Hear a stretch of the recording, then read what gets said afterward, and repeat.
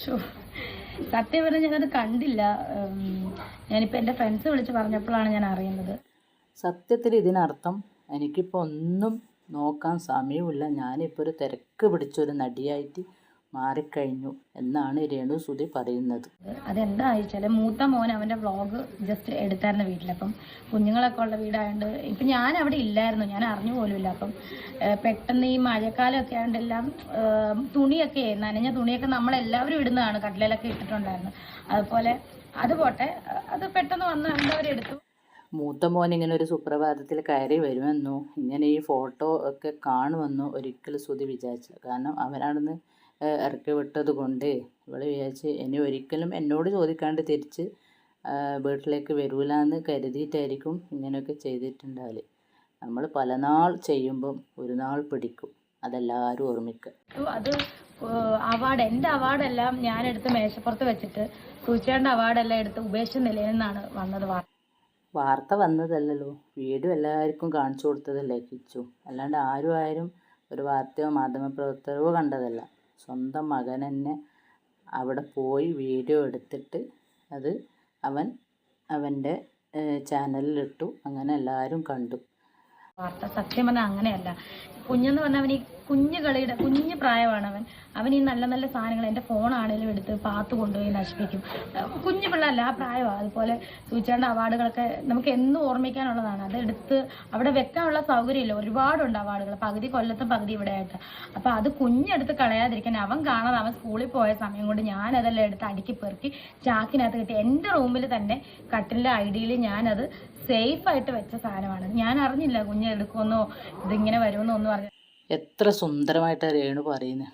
അത് കുഞ്ഞെടുക്കുന്നതിന് ഞാനെല്ലാം അടുക്കി പറക്കി ചാക്കിലിട്ടിട്ട് അതെൻ്റെ കട്ടിനടിയിൽ വെച്ചു. എത്ര വളരെ മനോഹരമായിട്ടുള്ള വർത്താനം ഇപ്പം രേണുസുതി പറഞ്ഞത്. സാധാരണ എല്ലാ വീട്ടിലും മക്കളുണ്ടാവും. ആ മക്കൾ എന്താണ് പറഞ്ഞാൽ അനുസരിക്കാണ്ട് നിൽക്കില്ല. അത് എത്ര ചെറിയ മക്കളായാലും നമ്മളത് എടുക്കരുത്, പിന്നെ അതിനെക്കൊണ്ട് കളിക്കരുത് എന്ന് പറഞ്ഞാൽ എല്ലാം അനുസരിക്കുന്ന മക്കളാണ്. പക്ഷേങ്കിൽ ഇവൾക്ക് മക്കളെ നോക്കാനോ മക്കളോട് ഒരു കാര്യം സംസാരിക്കാനോ ഒന്നിനും സമയമില്ല. അത് ഞാൻ നേരത്തെ പറഞ്ഞ പോലെ വളരെ തിരക്ക് പിടിച്ചൊരു നടിയായി മാറിക്കഴിഞ്ഞു. അല്ലാതെ എൻ്റെ അവാർഡുകൾ ഞാൻ ബാഗിൽ നിന്ന് ഷൂട്ട് കഴിഞ്ഞല്ല അവാർഡ് കഴിഞ്ഞ് വരുമ്പോഴത്തേന് ഞാൻ ബാഗിൽ നിന്ന് എടുത്ത് ആ മേശപ്പുറത്തോട്ട് വെക്കുന്നത്. അല്ലാതെ എൻ്റെ മാത്രം അവാർഡ് എടുത്ത് വെച്ചതോ സൂചിയുടെ അവാർഡിനെ എടുത്ത് നശിപ്പിച്ചതോ ഒന്നുമല്ല.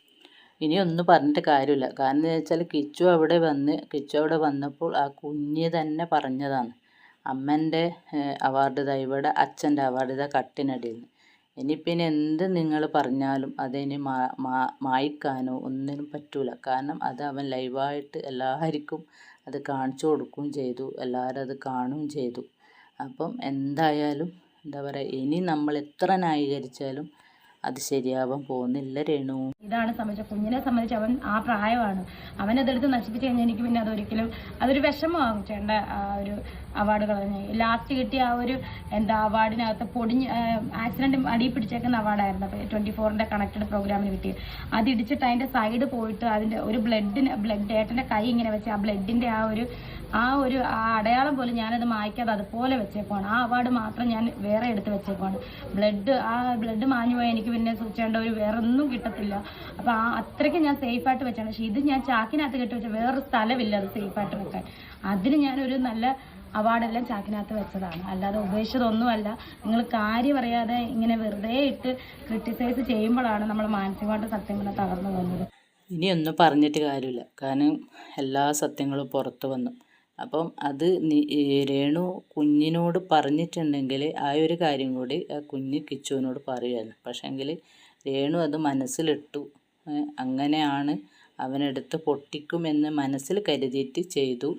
അതിപ്പം അവൻ്റെ ഏട്ടന് കാണിച്ചു കൊടുത്തു. പക്ഷേങ്കിൽ അന്ന് മനസ്സിൽ വിചാരിച്ച കാര്യം രേണു കുഞ്ഞിനോടൊന്ന് പറയുകയും ചെയ്തിട്ടുണ്ടെങ്കിൽ ആ കുഞ്ഞത് കിച്ചുവിനോട് പറയും, ഞാൻ പൊട്ടിക്കുന്നതായിട്ടാണ് വെച്ച്. ഒരു പരിധി വരെ നിങ്ങൾ കാര്യം അറിഞ്ഞിട്ടുണ്ട് അല്ല, എന്നോട് ചോദിക്കണം രേണു എന്താണ് സംഭവം, എന്നാണ് ഞാൻ കാര്യം പറയും. ഇത് ഞാൻ ഇന്ന് രാവിലെയാണ് എൻ്റെ ഫ്രണ്ട്സ് വിളിച്ച് പറയുമ്പോഴാണ് ഞാൻ അറിയുന്നത് ഇങ്ങനെ ഒരു സംഭവം ഉണ്ടെന്ന്. നിങ്ങളോട് പറഞ്ഞു കഴിഞ്ഞാൽ നിങ്ങൾക്ക് അതിൻ്റേതായ ഒരു ന്യായീകരണങ്ങൾ ഉണ്ടാകും. കാരണം എന്താ വെച്ചാൽ ഇപ്പം ഇതുപോലെ അഭിനയിക്കുന്നതായിട്ടും ഇങ്ങനത്തെ ഓരോ പണി ചെയ്യുന്നതായിട്ടും പല നല്ല കാര്യങ്ങളും പല എന്താ പറയുക ആൾക്കാരും നിങ്ങളോട് പറഞ്ഞിട്ടും നിങ്ങളെല്ലാം അതിനെ എതിർക്കുകയാണ്. അപ്പം ഇത് പറഞ്ഞാലും എന്തായാലും എതിർക്കും എന്ന് കണ്ടിട്ട് തന്നെയാണ് ആരും നിങ്ങളെ ന്യായീകരിക്കാത്തത്. അത് ആക്ച്വലി അത് ആരാണ് ചെയ്തത്? ബ്ലോഗ് ചെയ്തപ്പോഴാണോ വീഡിയോ? കിച്ചുവാണ് വ്ളോഗ് ചെയ്തത്, ഞാനില്ലായിരുന്നു വീട്ടിൽ. അവൻ അവൻ്റെ വീടല്ല, അവൻ്റെ അനിയൻ്റെ വീടാണ്. അപ്പോൾ അവാർഡ് കുഞ്ഞെടുത്തോണ്ട് വരുന്നുണ്ട് ചാക്കിനകത്തുനിന്ന്. ചാക്കിനകത്ത് ഞാൻ സേഫായിട്ട് ഇട്ടതാണ്, സേഫായിട്ട് വെച്ചാണ് കുഞ്ഞെടുത്ത്. അതെ, നിങ്ങൾ ഒരിക്കലും പ്രതീക്ഷിക്കാത്ത കാര്യം അവൻ ചെയ്തു, അത്ര തന്നെ. കാരണം കിച്ചു അവിടെ വരുമോ വീഡിയോ എടുക്കുമോ ഇതിങ്ങനെ പബ്ലിക് ആവുമെന്ന് ഒരിക്കലും രേണു വിചാരിച്ചിട്ടില്ല. അപ്പോൾ അത് ഒരു സാഹചര്യത്തിൽ അവൻ അവിടെ വന്നു, ആ കുട്ടിയെല്ലാം കാണിച്ചു കൊടുത്തു. അവനത് വീഡിയോ എടുത്ത് അവനത് എന്താ പറയുക അവൻ്റെ ചാനലിലിട്ടു. ഇപ്പോൾ അത് മൊത്തം വൈറലായി. ഇപ്പോൾ രേണു സുധി എയറിലും ആയി. കളയാൻ കാരണം സൂചിച്ചേണ്ട ഫോട്ടോ അതുപോലെ പെർഫ്യൂം ഒക്കെ അവിടെ വെച്ച് കഴിഞ്ഞാൽ ഞാൻ തിരിച്ചു വരുമ്പോൾ എടുത്ത്, കുഞ്ഞു പിള്ളേരല്ലേ അവരെടുത്ത് പൊട്ടിച്ച് തന്നെ എടുക്കും. അത് ഞാൻ സേഫായിട്ടെല്ലാം വെക്കണതാണ്. എന്തായാലും സേഫായിട്ട് വെച്ച സ്ഥലം മാറിപ്പോയി. അതുകൊണ്ടാണ് ഇത്രയും വിവാദങ്ങൾ വന്നത് കേട്ടോ. സുധിച്ചേട്ടൻ്റെ അവാർഡ് ചാക്കിലിട്ട് കട്ടിനടിയിൽ വെച്ചതുകൊണ്ട്. രേണു ബിഗ് ബോസിൽ പോയെന്ന് വിചാരിക്കുക, എൻട്രി കിട്ടിയെന്ന് വിചാരിക്കാൻ ഇപ്പൊ ഞാൻ പോകുന്നില്ലല്ലോ. അല്ല, ഇൻ കേസ് രേണു ബിഗ് ബോസിൽ എൻട്രി കിട്ടി, വിളിച്ചിട്ടുമില്ല.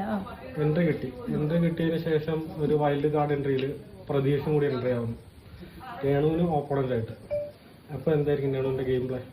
എനിക്ക് ഗെയിം പ്ലാനിങ് ഒന്നുമില്ല, അങ്ങനെ എനിക്ക് അതിനെപ്പറ്റി ഡീറ്റെയിൽ എനിക്ക് അറിയില്ല. അതാണ് ഒന്നാമത്തെ കാര്യം. ഇങ്ങനെ ഒരു സാഹചര്യം ഉണ്ടായാൽ എന്തായിരിക്കും? ആ ഒരു നിലപാട് പോലെ അന്ന് എന്താണോ അങ്ങനെ പോലെ. നമുക്കറിയില്ലല്ലോ, അതിനെപ്പറ്റി ഒന്നും അറിയില്ല. ഇപ്പം അതിനെപ്പറ്റി പറയാനും താല്പര്യമില്ല, കാരണം എനിക്ക് അറിയാത്ത കാര്യം ഞാൻ അതിനെപ്പറ്റി പറയേണ്ട കാര്യമില്ല ചേട്ടാ. ഇത് രേണു പറഞ്ഞത് ശരിയാ, അറിയാത്ത കാര്യം പറയാണ്ടിരിക്കുന്നത് നല്ലത്. പക്ഷേങ്കിൽ നമുക്കറിയാത്ത കാര്യം മറ്റുള്ളവർ പറഞ്ഞു തരുമ്പോൾ അത് അനുസരിക്കാൻ എങ്കിലും ചെയ്യാമായിരുന്നു. പക്ഷേങ്കിൽ അനുസരിക്കുന്നതിന് പകരം മറ്റുള്ളവർ അറിയുന്ന കാര്യങ്ങൾ പറഞ്ഞു തരുമ്പം നല്ല രീതിയിൽ നടക്കണം എന്ന് പറഞ്ഞ് തരുമ്പം അതൊരു ഉപദേശമായിട്ട് കണക്ക് കൂട്ടി അത് മുഖവിലക്കെടുത്തിട്ട് അത് താങ്കൾക്ക് ചെയ്യാൻ പറ്റുന്ന കാര്യമാണെങ്കിൽ അത് ചെയ്യാം.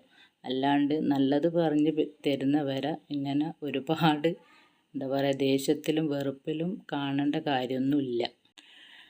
രേണുസുധി മനസ്സിൽ വിചാരിക്കാത്ത പല കാര്യങ്ങളും നടന്നു കഴിഞ്ഞു. അതുകൊണ്ട് ഇനിയെങ്കിലും എന്താ പറയുക നല്ലത് മാത്രം ചിന്തിക്കുക, നല്ലത് മാത്രം പ്രവർത്തിക്കുക, നല്ല രീതിയിൽ നടക്കാൻ നോക്കുക.